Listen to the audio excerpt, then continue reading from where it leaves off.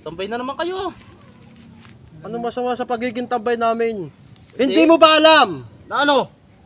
na ang kabataan, kung ang kabataan ng pag-asa ng bayan, kami mga tambay, ang pag-asa ng lansangan? Paano nangyari yun? Unang-una. Ito, unang-una ha. Pag may magtatanong na Shopee, naliligaw sila. Sino tatanungin? Kami mga tambay. Oh.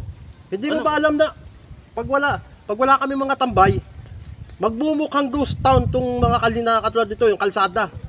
Oh, ganun? Oo. Sino pagtatanungan ng mga nawawala, mga naliligaw? Yung mga Shopee. Siyempre kami. Ba? Sabagay, tambay din nga ako eh. Naisip ko lang, bakit nakatambay kayo dito? Hindi kayo nagsasama? Hindi niyo ako sinasama? Hindi. Ito pa ha, sa totoo lang. Oh. Kung walang tambay na katulad namin, magiging maganda ba ang ano? Tingin mo sa kalsada? Wala. Hindi. Eh dapat kasi talaga, yung katulad namin mga tambay, may sahod na. May sahod na tayo. Oo. Alam mo ba ang laki ng pakinabang sa atin ng mga tao sa pagiging tambay natin? Oo. Kagandahan pati tayo sa ating mga tambay, kahit hindi tayo magtrabaho, tuloy ang tayo kumakain. Oo, buhay tayo. Oo. At kagandahan pa niyan, ha? Tanungan tayo ng mga nawawala. Saan mo nakita si Kanon? Oo, di ba? Yun nga ang punto ko eh, Oo. di ba? Kagandahan nga ng tambay, ano? Alam mo, kung walang tambay nga kaya sa karsada, sino magtatanong, saan magtatanong ang mga giinting yan? Siyempre sa atin. Oo, ay kung walang tambay. Tapos yung mga magpapaturo ng mga magpapagiyan ng tawag dito, yung mga kanto. Oo. Tayo ang magtuturo nun. Aba, siyempre, gawa ng halimbawa may naghahanap na tao, hindi kilala. Oo. Ay narula sa lugar natin.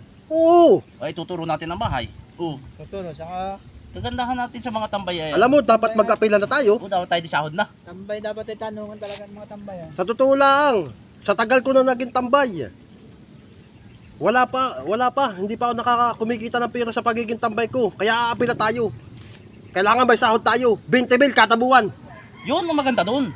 Dapat ano pati tayo, yung credit card para pag magwi-withdraw na lang tayo sa bangko. Ano? Hindi. O kung saan na lang.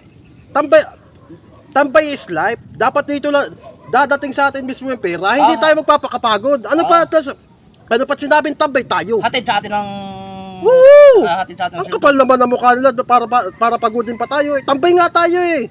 siya nga ano. Kain tulog tayo. Kain tulog tambay. Oo. Ito.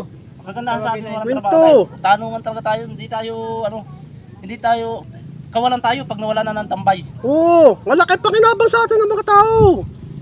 Alam mo, Kaya ako, Oo, proud ako bilang isang tambay. ako rin. Pinagmamalaki Ikaw, kong proud tambay ka? ako.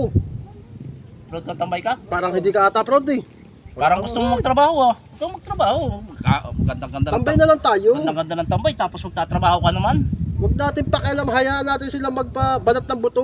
Tumambay tayo. Oo, tatambay May tayo. trabaho tayo at wala, buhay tayo. Tambay, tapos dadating na lang sa iyo yung sahod. Yun ang kagandahan dapat ng tambay.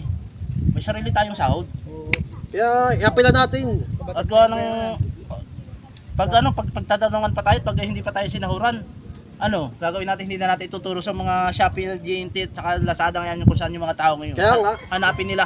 Oo, yun ang tama. Dapat tayo manawagan sa gobyerno na bigyan na ng sahod yung tambay. Labas na. Kahit 10 mil lang. Oo. Isang buwan, basta totoo. Oo, payag ako doon. Eh, malaki siya. Kahit gobyerno, malaki pakinabang sa atin. Oo.